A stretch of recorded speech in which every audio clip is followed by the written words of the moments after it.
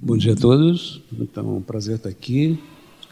Queria agradecer o convite e, de certa forma, quem estava presente na performance de segunda-feira no Teatro da ECA, com a homenagem ao Alan Turing. Eu estava lá junto com o Carlos Palma e o grupo Arte e Ciência no Palco é sempre um interlocutor muito grande, há muitos anos da minha atividade. E o que eu vou falar hoje para vocês aqui, trouxe a maçã para me inspirar um pouco. Essa maçã é bem menor do que aquela que o Carlos levou no Teatro da ECA, mas foi essa que é a maçã aqui que eu recebi. E a ideia é de que isso que eu vou passar para vocês aqui venha a ser uma peça de teatro também.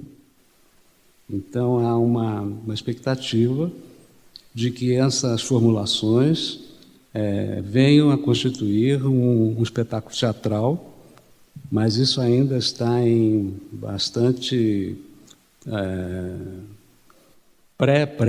pré-produção. E então eu gostaria de compartilhar com vocês o que seria esse roteiro, né? Esse título que eu dei, Pensamento Complexo e Democracia Cognitiva em Tempos Sombrios. É claro que essa minha intenção, ela tem uma homenagem de saída a dois pensadores que eu valorizo muito na minha formação e no meu entendimento. Um deles é o professor Edgar Morin, que tem 96 anos e é um interlocutor bastante costumeiro das minhas reflexões. E Os Tempos Sombrios é uma homenagem a uma das filósofas com a qual eu trabalho bastante, que é a Hannah Arendt, que escreveu um livro chamado Homens em Tempos Sombrios. É um perfil que a Hannah Arendt fez em 1975 de vários pensadores, de Brecht ao próprio Heidegger, né? O texto da Hannah Arendt se chama Martin Heidegger aos 80 anos, e lá, nesse livro Homens em Tempos Sombrios, a Hannah Arendt fala de um perfil do Heidegger, dizendo que, para o Heidegger, a ciência e a paixão, a razão e a paixão caminham juntas necessariamente. E ela chamava isso essa intencionalidade do Heidegger fez com que ele fosse o grande filósofo do nosso tempo, do século XX, apesar da adesão ao nazismo, tudo isso que a gente já sabe. Então,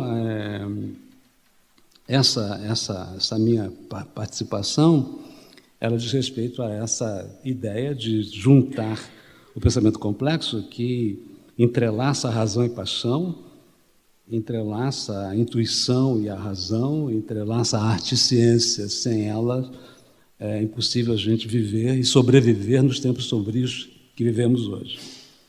Então, a ideia é de que esse espetáculo, que vocês vão ver aqui, um pouco é um trailer de uma possível peça, ele tem três atos, e eu vou tentar resumi-los para vocês.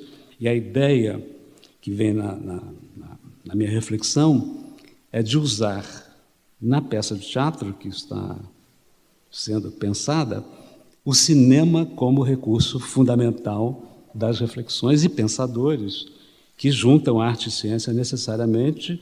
São vários, mas há um filósofo que eu ultimamente ando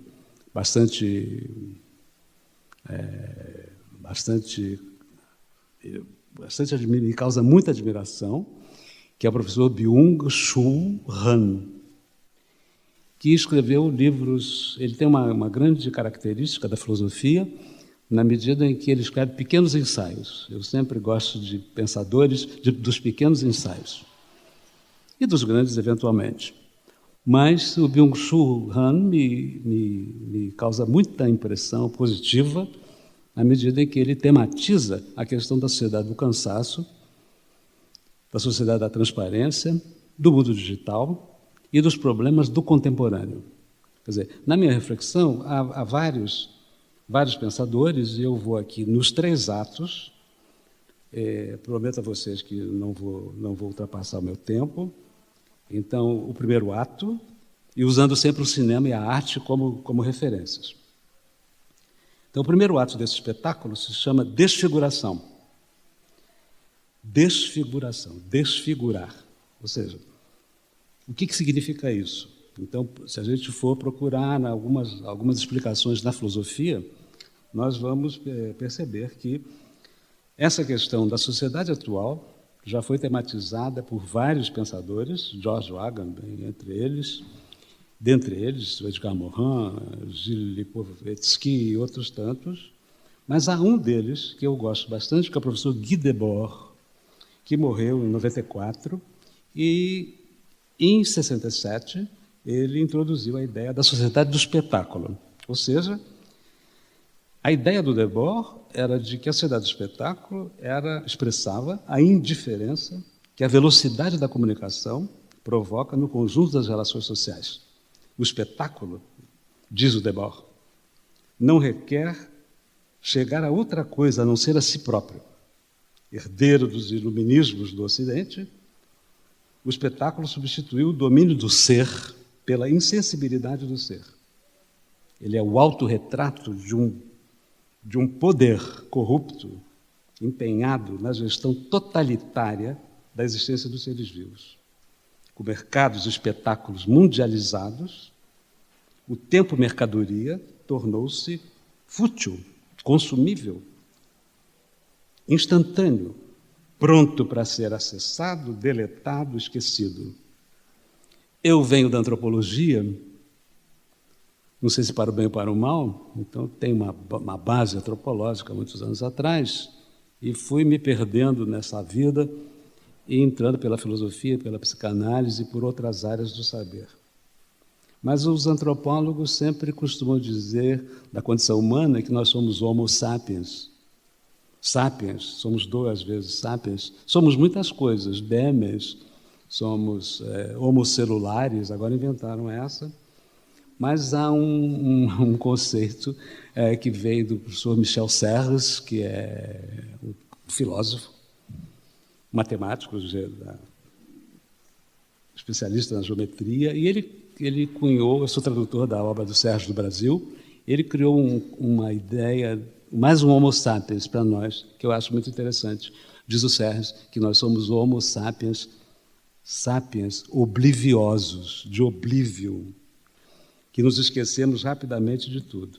Talvez esse seja o nosso gênero, homo sapiens, sapiens, porque macacos já são sapiens, então nós ganhamos o segundo, sapiens, e agora somos obliviosos, que vivemos esquecendo das coisas. Debord foi muito criticado pela sociologia oficial, como um anarquista, como um cara que não tinha muito a dizer. Ele morreu em 94 e quase 5 décadas depois, nesses tempos líquidos. É um conceito do Zygmunt Bauman, um sociólogo recém-falecido, adoro tudo que o Bauman escreveu, e ele cunhou esse adjetivo, nós vivemos num mundo líquido, e eu diria mais do que isso, um mundo banalizado de 2017. O pensamento do Debord foi praticamente esquecido, deixado de lado, em nome da hegemonia da ciência, da técnica, da indústria e do Estado. Foi essa que assumiu o controle do sistema mundo, destronou as identidades, ampliou intolerâncias, consolidou as exclusões que se espalham pelos 4 cantos da Terra. Eu sempre gosto de usar a literatura, os escritores. Acho que os escritores são muito mais acurados do que nós que viemos das áreas ditas científicas. Gosto muito do Mário Vargas Llosa. Mário Vargas Llosa escreveu um livro chamado A Civilização do Espetáculo. E o Mário, nesse livro, nesse pequeno ensaio, se refere às ideias do Guy Debord como ideias prioritárias que deveriam ser mais tomadas em consideração por nós hoje. Claro que tem a questão da cultura aí no meio. A cultura é sempre uma palavra armadilha, diz Edgar Morin. E ela é mesmo. Porque o que é a cultura? A cultura é um conservatório de imagens. A cultura é um reservatório de tradições, de emergências. E a cultura virou, essa ideia é do Bauman, a fábrica da ordem, a fábrica da regulação, onde não há espaço para a desordem. Então, a cultura vira esse conceito armadilha que foi fraturada em múltiplas culturas. Cultura erudita, cultura popular, cultura de massa, cultura de elite, cultura étnica, cultura sexual e por aí afora. São heranças do velho paradigma cartesiano que ainda nos ocupa a todos e que não conseguiu ser superado, a não ser em algumas pequenas ilhas do saber. Então, acontece o mesmo, e aí é essa ideia do Han, já, do Byung-Chul Han. Né? Ele chama Han porque na coisa oriental o nome vem sempre no final. Não é sobrenome, não. O nome dele é Han e o sobrenome Byung-Chul. Está sendo, felizmente, traduzido no Brasil, e o que acontece é com essa ideia de que vivemos uma época de vulgaridade, diz o Han. Esta vulgaridade nos atingiu o erotismo e a sensualidade. O erotismo das redes deixou de entender a sexualidade como obra de arte para transformá-la em mero entretenimento, cuja bisbilhotice invade a privacidade do outro. O que vale agora é a quantificação da performance, a volumetria dos órgãos, quaisquer que sejam, visualizados nos circuitos midiáticos. Nós estamos conectados 24/7. Esse é um título de um fabuloso ensaio do Thomas Crary, 24/7. Ou seja, 24 horas por 7 dias da semana. Os humanos não conseguem repor as energias perdidas no cotidiano e se contentam em reproduzir clichês veiculados pela sociedade global unificada. Nesse momento aí desse introito, no teatro a gente vai introduzir o cinema. E é isso que eu vou fazer agora. Nós nos transformamos em animais noturnos. Esse é o título de um filme de 2016, dirigido pelo Tom Ford. O que é o filme? O filme conta a história de uma mulher. Ela é atuante na área cultural, Susan, no cinema. E ela é uma insone declarada, não dorme nunca. Numa dessas noites, ela recebe um envelope com um romance escrito por um antigo companheiro dela, 20 anos atrás, cujo título é o mesmo do filme, Animais Noturnos. A narrativa ganha existência própria e repõe o relacionamento estilhaçado do casal. Numa viagem de carro, a mulher e a filha são estupradas e mortas por 2 marginais que também serão assassinados no final. A insônia se amplia, Susan se desespera, ela marca um encontro real com a mãe austera e reacionária, contrária a seu casamento com o autor do romance, afinal, ele é pobre, metido a escritor. Não condiz com a condição social de mais uma família em desordem. No filme, alguns de vocês devem ter visto, Animais Noturnos, há um diálogo áspero. A filha se altera diante da intolerância da mãe com o seu casamento, com a homossexualidade do filho, numa mesa de bar, engolindo um gigantesco dry martini, repleta de joias. A mãe vocifera para a filha. As filhas sempre repetem o que as mães foram um dia. A cena não dura mais de 6 minutos e traduz à perfeição o utilitarismo e a violência mimética das relações humanas. Susan tem um segundo casamento, no filme, claro, O marido atrai despoderadamente. Ela não esquece o primeiro amor, mas mantém o segundo. Marca um encontro num restaurante sofisticado para falar do romance. Ela toma vários drinks. Aos poucos o restaurante se apaga, as luzes vão diminuindo. O encontro não se efetiva e ela está tremendamente só, cansada de si mesma. O ex-marido não aparece. Aos poucos, a iluminação é reduzida, como se nesse teatro as luzes pudessem ser baixadas aos poucos, as imagens se acabam e se apagam para sempre na cena cinematográfica. As duas histórias entrelaçadas exibem as aflições e as inquietações da personagem que, doravante, terá de lidar com seus lados obscuros e as suas verdades secretas. Esse é um dos dilemas da sociedade do cansaço, diagnosticada por Byung-Chul Han em seus ensaios. Para Han, essa coação da exposição, na qual a visibilidade é o que conta, a aura desaparece por completo e o rosto humano converte-se em mercadoria. Tem uma passagem do Han que ele vai ao Walter Benjamin. E o Walter Benjamin tem um pequeno ensaio fulgurante que se chama O Capitalismo como Religião. O capitalismo, diz o Benjamin, Walter Benjamin, aliás, que é um dos homens analisados por Hannah Arendt no livro Homens em Tempos Sombrios.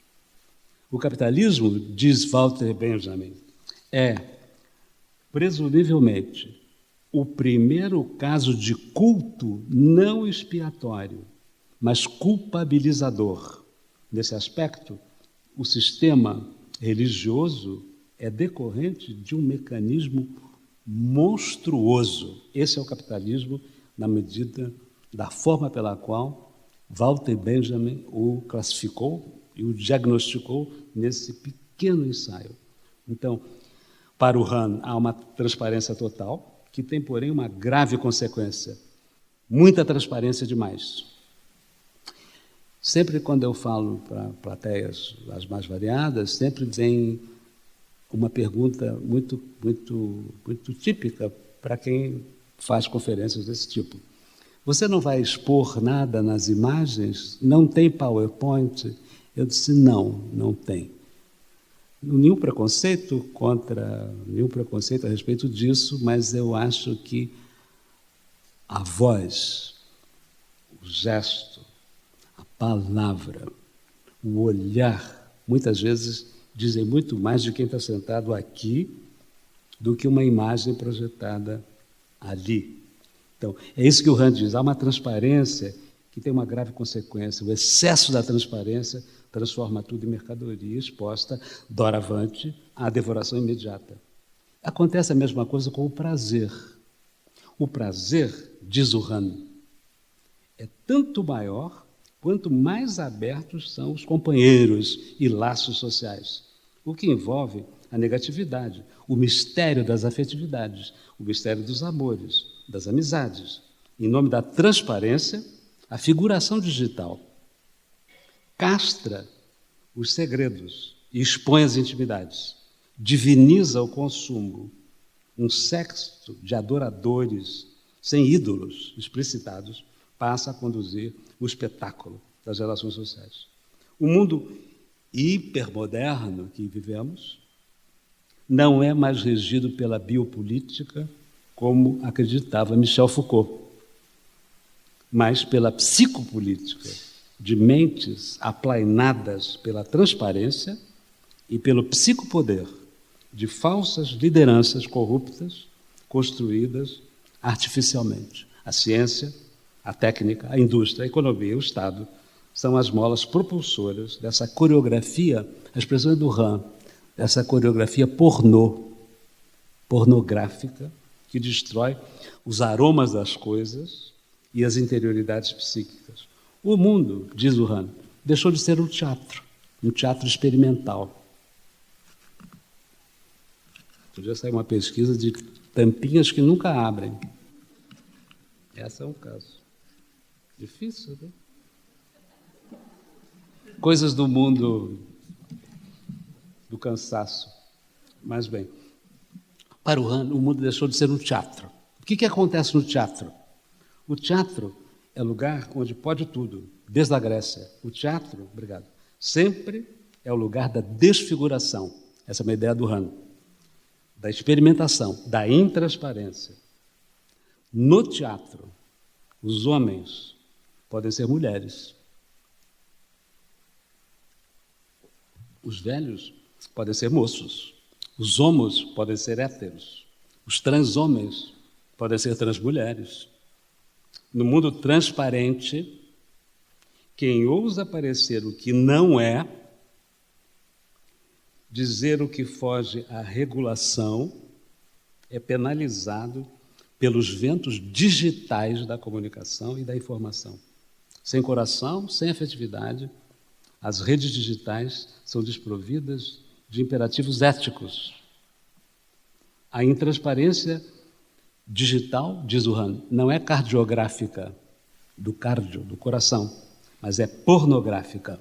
Produz panópticos econômicos. Não aspira a qualquer purificação moral do coração, mas ao proveito máximo, à atenção máxima.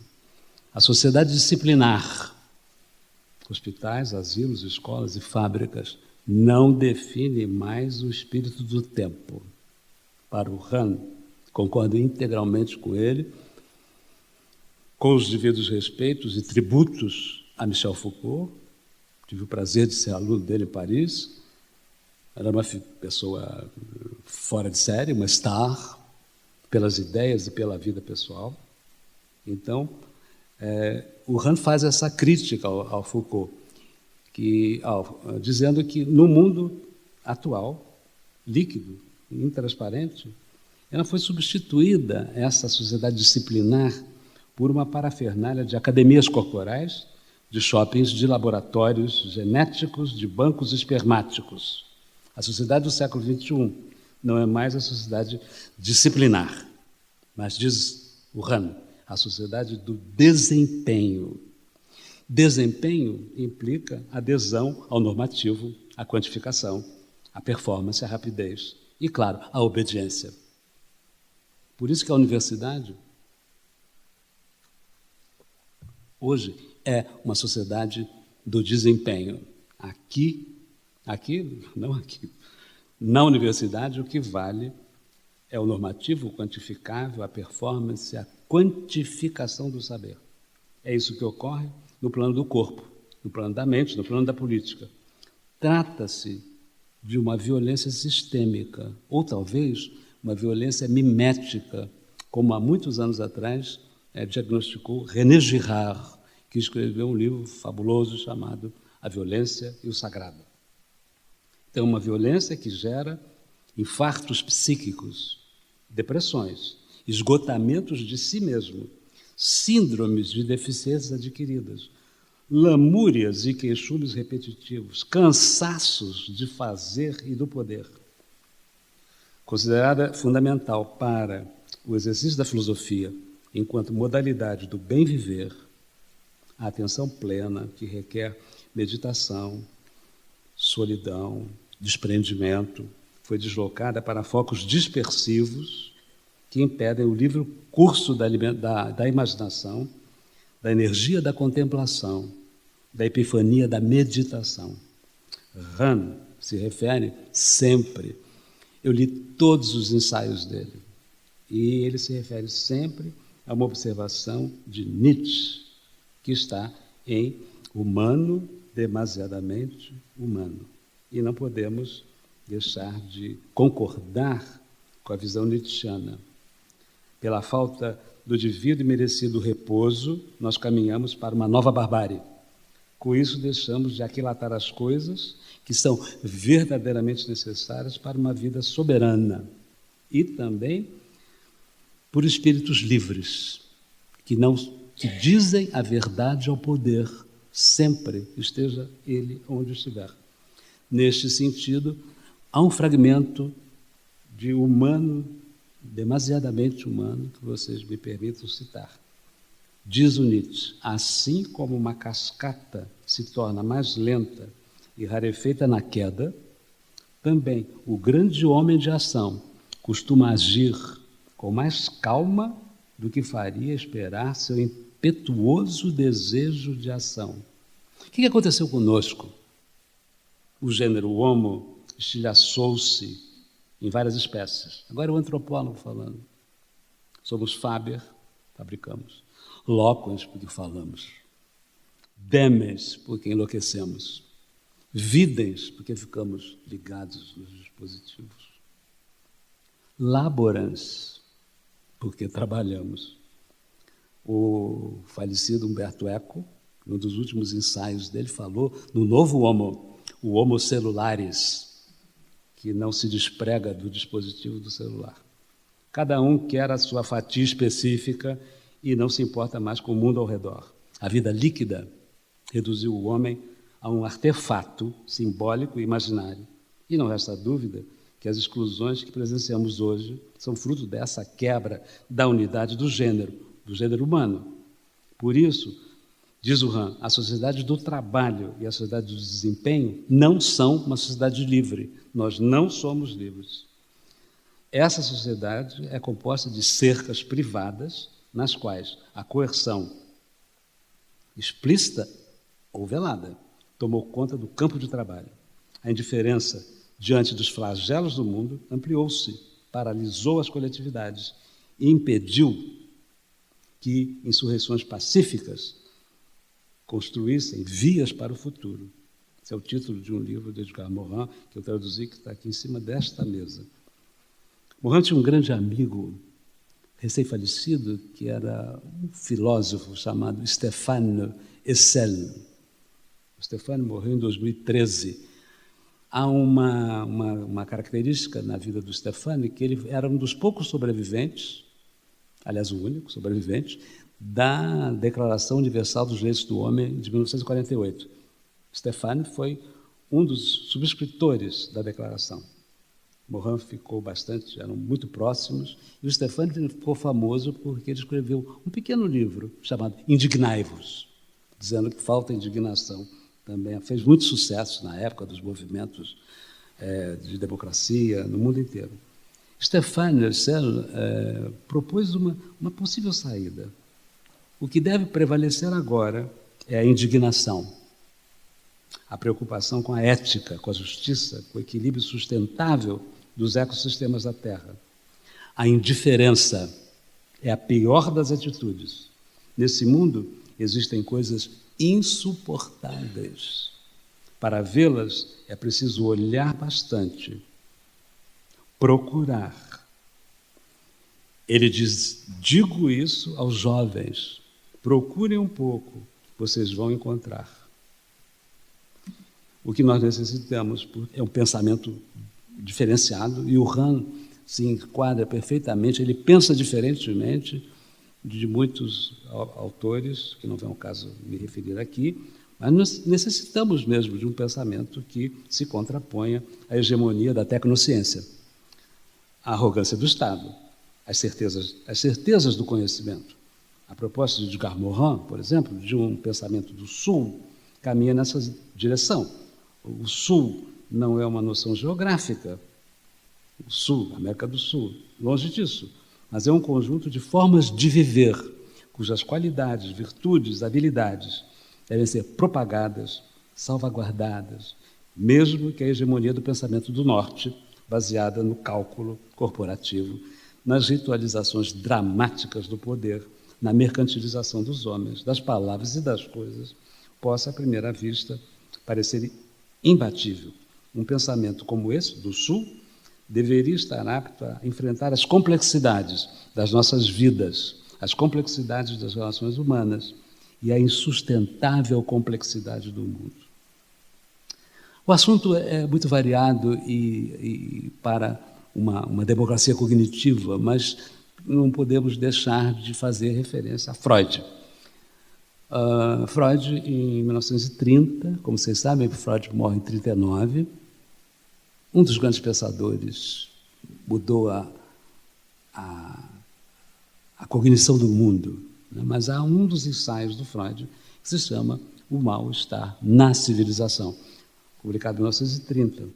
Freud dizia, em 30, o mal-estar disseminou-se por toda a parte e a indiferença tornou-se o vetor da convivência humana. Nós estamos em 2017, a frase do Freud, em 1930, se adequa perfeitamente ao estado do ser da hipermodernidade. Para Freud, o fim do homem estava próximo. Permitam citar o próprio Freud. Dizia ele, atualmente, em 30, os seres humanos atingiram um tal grau de controle das forças da natureza que não lhes é possível recorrer a elas para se exterminarem até o último homem. Guardadas as devidas proporções entre 30 e 2017, o mesmo poderia ser dito para o mundo tecno-digital em que vivemos. Como sempre, o cinema, isso vai ser a peça do teatro, expressou essa arena da desfiguração que encerra o primeiro ato desta encenação dramática do contemporâneo. O filme se chama Eu, Daniel Blake. É um filme dirigido pelo Ken Loach, em 2016, ganhou a Palma de Ouro em Cannes. E a primeira cena emblemática desse primeiro ato, que denominei desfiguração. O que acontece com o Daniel Blake? Nós todos somos um pouco Daniel Blake. Às vezes eu fico pensando em escrever nas paredes da universidade, eu, Edgar Carvalho. Meu nome é artístico, dizem. Né? Eu, Edgar Carvalho, sou contra a fragmentação do saber. Eu, Edgar Carvalho, sou contra a disciplinarização efetiva. Eu, Edgar Carvalho, sou contra o quantitativismo imposto à produção acadêmica. Um dia eu escrevo isso. Mas o que acontece com Blake? Daniel Blake tem um ataque cardíaco na fábrica em que ele trabalhava. Ele dá início aos trâmites burocráticos para a obtenção do seguro-desemprego. Não sei se vocês viram o filme. Ao telefone, ele tenta obter informações aquelas informações, quem já acessou telefones públicos de repartições sabe muito bem do que eu estou falando. Ele não consegue. Ele responde a perguntas desbaratadas da funcionária do outro lado da linha, mesmo sem poder voltar ao Estado, na construção civil, onde ele trabalhava, o auxílio não é concedido. Daniel não sabe como acessar a internet para preencher os formulários virtuais. Marca uma audiência com o órgão responsável pela decisão, nada se resolve. Ele conhece uma mulher desempregada, mãe de 2 filhos, que, como ele, tenta sobreviver, vendendo biscoitinhos e coisas parecidas. O que se constata no filme é o surgimento de uma amizade desinteressada, fundada na solidariedade, na empatia mútua. Eles não trepam, pelo menos no filme. Então, ambos enfrentam as adversidades. Em uma das cenas, Daniel picha as paredes da repartição. Eu, Daniel Blake, não sei o que. E ele, o que acontece com a massa? Ele é aplaudido por todos que presenciam aquela revolta pacífica diante de um sistema social totalmente adverso. Minimamente conseguem sobreviver. Ele, Daniel, a mulher, a amizade, enfrentar o sistema estatal que desconfia deles, que os tratam como meros objetos sem rosto. O que o filme demonstra é que as brechas, a amizade, um amor desinteressado, sempre se abrem quando menos se espera. Temos de aproveitar as brechas, não permitir que voltem a se fechar e o sistema retorne a seu estado agônico anterior. Edgar Morin tem um pequeno ensaio chamado Maio de 68, A Brecha, escrito com os Cornelius Castoriadis e com Claude Lefort, os 3 mosqueteiros, como eram conhecidos na época. E eles falavam que em 68, na França, aqui no Brasil era a ditadura militar, o horror que vivenciamos. E eu vivenciei particularmente como aluno da USP, aqui nas Ciências Sociais, da Maria Antônia, transferida para aqui, para a cidade universitária depois. Mas a ideia do Morin é trabalhar. Maio de 68, quando eu digo Morand, é Cornélio Castoriadis e Lefort. Maio de 68, a Brecha. Quando eles escreveram esse ensaio, esse panfleto, se quisermos, 68 estava espolcando nas ruas da França. E eles achavam, na época, que havia uma brecha que ia se abrir ali. A universidade ia caminhar para outros setores, a democracia ia se afirmar, e, como sabemos, não foi nada disso que aconteceu. 10 anos depois, ainda vivos, eles publicaram um pequeno ensaio, avaliando esse ensaio de 68, dizendo, que pena que a brecha se fechou. Então, onde houver brecha, devemos ocupá-la para que novas possibilidades reorganizatórias, cognitivas, possam ser firmadas e configuradas. Assim termina o ato 1 e começa o ato 2. Eu achei que esse ato 2, não sei como vai ser no teatro, Carlos Palma, Oswaldo Mendes, Thelma Lucchesi, meus companheiros lá da cooperativa, que vão decidir como dar nome a esse, como é que vai ser isso cenicamente. Eu chamei de agonia. E, mais uma vez, eu estou imbuído nas ideias do Rand. Ele diz o seguinte, dentre outras ideias interessantes, ele acredita que seria preciso instaurar uma nova pedagogia do ver. Do ver.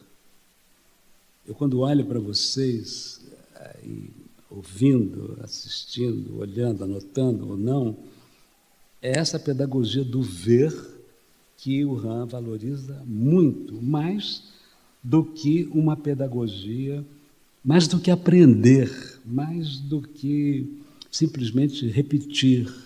Diz o Rand, nós devemos reaprender a ler, a pensar, a falar, a escrever.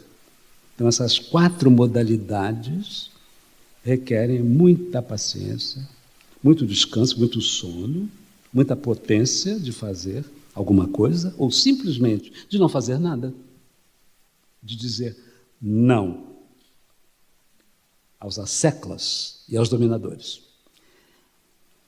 Rand usa sempre nos argumentos filosóficos a literatura. E ele vai simplesmente fazer uma análise de um livro do Herman Melville, morreu em 1891, o homem da Moby Dick. Ele escreveu um livro, Melville, chamado Bartleby, o Escrevente, muito analisada por literatos e filósofos contemporâneos. Todo mundo não, mas alguns filósofos foram lá nessa novela do Melville, saber quem era esse escrevente, afinal de contas. Bartleby, o escrevente, ele é prisioneiro do escritório, emparedado em seus cubículos divisório, atulhado numa papelada sem sentido. Seu chefe sempre lhe pede coisas que infernizam a sua jornada de trabalho. O Rand considera a sociedade descrita por Melville na novela como o protótipo da sociedade disciplinar, austera, com seus muros e suas paredes. Ali, a vida fora toda apagada. Bartleby instala-se nos túmulos e morre em total isolamento e solidão. Ele é um copista. Ficava copiando as coisas que o chefe mandava ele escrever. Ele não tem iniciativa própria, ele simplesmente transcreve o que os outros já escreveram. Mas a potência do não está instaurada na mente do escrevente. O chefe continua a encher o saco dele. Copia isso, copia aquilo. Você não copiou direito. E ele começou a dizer a seguinte frase: preferiria não fazer.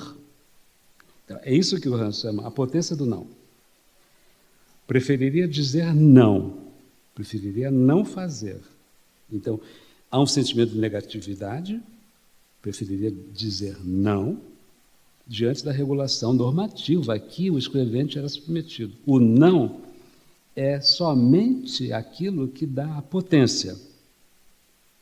Então, ele, ao dizer não, ele está sempre indo contra o establishment, contra as regras do jogo.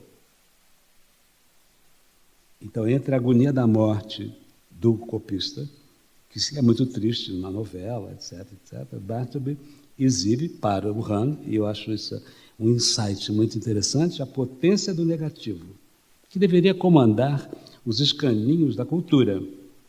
O seu cansaço, ele fica cansado de ficar copiando as coisas, copiando, fez com que, pela negação, ele visualizasse uma possível saída. Então, esse cansaço volta-se, porém, para o futuro, que, como sabemos, está sempre em aberto. Uma vez Ilya Prigogine, Prêmio Nobel de Química de 1977, escreveu um texto sobre o futuro.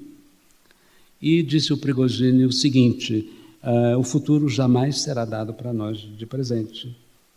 As cognições, os caminhos, os entendimentos, as interpretações que fazemos, sempre elas vão direcionar, mas nunca, quando muito, elas vão preparar vias alternativas para o futuro. Mas esse futuro jamais estará dado de presente para nós.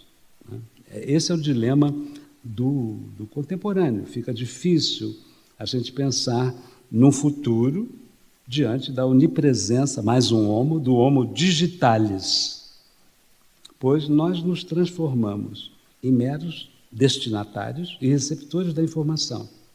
Para o Han, a topologia da tela é muito diferente da emoção do anfiteatro. Para o Han, blogs, Twitter, Facebook, Google desmediatizam a comunicação e essa expansão incontrolada contamina os afetos, contamina a política, contamina a cultura. Centenas, milhares de amigos do Facebook entram e saem da nossa convivialidade como num passe de mágica. Uma vez eu fiz uma apresentação no Fronteiras do Pensamento, que quem vinha fazer a conferência na Sala São Paulo era exatamente o Zygmunt Bauman. E o Bauman ficou adoentado, isso faz uns 5 anos atrás, e não pôde vir, no seu lugar veio Edgar Morin. Mas ele mandou uma mensagem que foi exibida na Sala São Paulo, como pedido de desculpas, que ele não poderia vir ao Fronteiras, mas saudando Edgar Morin, eram amigos, etc., mesma geração. E nunca me esqueço disso, que o Bauman disse assim, ele falou do Facebook, aí ele disse assim: eu acho tão estranho uma pessoa ter 1000 amigos no Facebook. Aí dizia o Bauman: eu tenho 3. E olhe lá, porque é difícil você ter essa amizade, não é só essa coisa que entra e sai com uma facilidade incrível. Então, diz o Han, o futuro não reside na temporalidade da transparência. A transparência é dominada pelo presente, e mais do que isso, pela presença. Sem isso, a comunidade do nós, o comum, se erode, se deserotiza, e o narcisismo das pequenas diferenças, um conceito do Freud, toma conta do dispositivo cultural. A performance é medida pela habilidade do acesso, e o amor ao próximo cai em agonia. Daí, um conceito central do Han, propaga-se a síndrome do cansaço informacional. Síndrome do cansaço informacional, uma patologia psíquica provocada pelo cansaço digital, que gera a perda da capacidade analítica, os distúrbios da atenção, a ansiedade generalizada, o recalque do sentido da responsabilidade. Portanto, a cidadania democrática e a responsabilidade comunitária deixam de comandar uma planilha de valores verdadeiramente cosmopolitas. Para o Han, não somos mais atores, nem cidadãos. Nós somos vorazes consumidores passivos. E nada mais que isso. Juntos, psicopoderes e psicopolíticas intervêm na psique humana. Haja analista para diagnosticar essa nova síndrome do cansaço informacional. Então, os psicopoderes e as psicopolíticas intervêm na psique humana, aceleram a agonia e impedem a emergência de valores comunitários impulsionados pelo amor, pela poesia, pela sabedoria. Assim se fecha o segundo ato com a ideia do preferiria dizer não, do Bartleby. Para não perder a esperança, o terceiro ato da peça se chama Regeneração. E ela incide sobre Eros. Eros, o Deus da força, da pulsão de vida. Eros sempre visa o outro, o assimétrico, o dramático. Resta saber como é que nós vamos diagnosticar isso diante desse inferno do idêntico que vivenciamos. É uma ideia do Han. Mais uma vez, o cinema nos vai dar um exemplo fabuloso deste inferno do idêntico. E aqui, a ideia da peça é que quando... não sei como é que isso vai se resolver cenicamente, é exibir fragmentos do filme. E o Han faz uma análise brilhante do filme do Lars von Trier chamado Melancolia. Melancolia, o filme trata do quê mesmo? Vocês devem ter visto. De um desastre irremediável.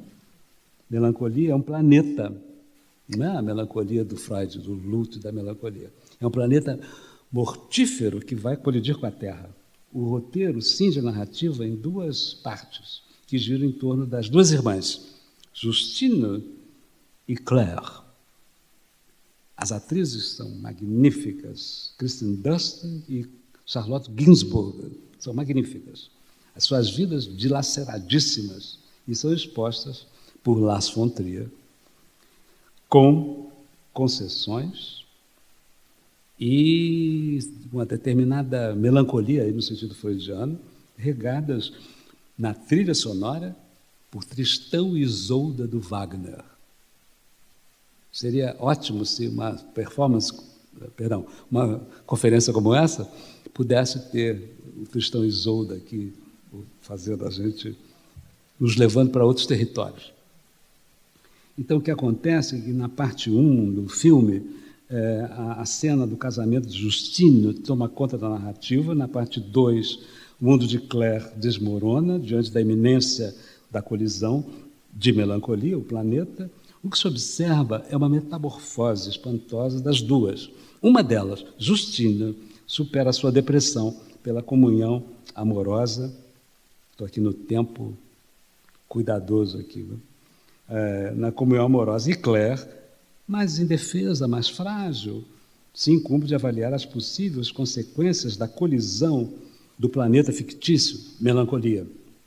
Eros e Thanatos estão ali presentes o tempo todo, e o Han diz uma coisa: o céu apocalíptico de Melancolia se assemelha a um céu vazio que representa a cena primitiva da infância, na qual tudo está esboçado, mas nada está finalizado. No final do filme, as irmãs se isolam numa cabana imaginária, com o filho de Justine, e simplesmente aguardam, sentadinhas, o fim inescapável que irá atingi-las. A Terra, pobre Terra, indefesa, se extinguirá pelo choque com o planeta imaginário. Quem é amante do cinema deve ter visto agora a nova versão do filme, perdi o nome, que é Blade Runner, que se passa em 2049. Né? 2049, Los Angeles. Os replicantes. Há uma coisa com os replicantes muito interessante, que aparece menos no primeiro filme, no primeiro Blade Runner. Os replicantes não têm memória. A memória se acabou. Como nós, um pouco, somos desmemoriados, obliviosos, como diz o Michel Serres.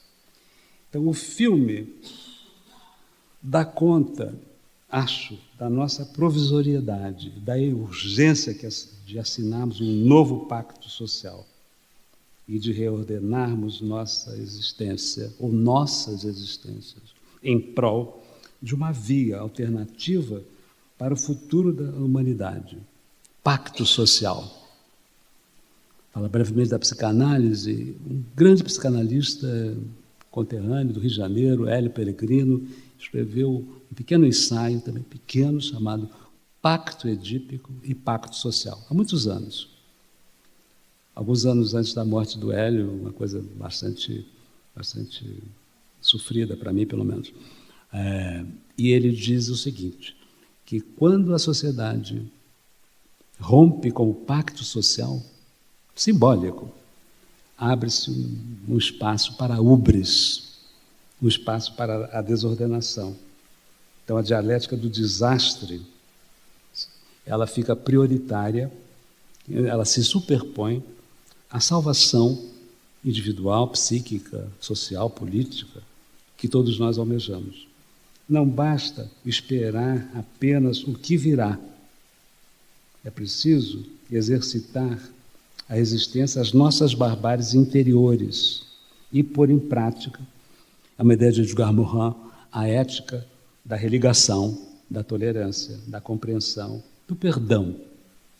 A regeneração é a palavra-chave dos desafios a serem enfrentados pelas comunidades da terra-pátria. Nós vamos ter uma mesa redonda sobre o pensamento complexo à tarde e certamente serão abordadas essas questões. É preciso e urgente reformar a sociedade, a vida, a alma e o corpo, e não encontrar refúgio em cabanas imaginárias, como no Melancolia, e simplesmente aguardar que os desastres sobrevenham. O planeta vai se colidir com a Terra e a Terra se extinguirá. Apesar dos pesares,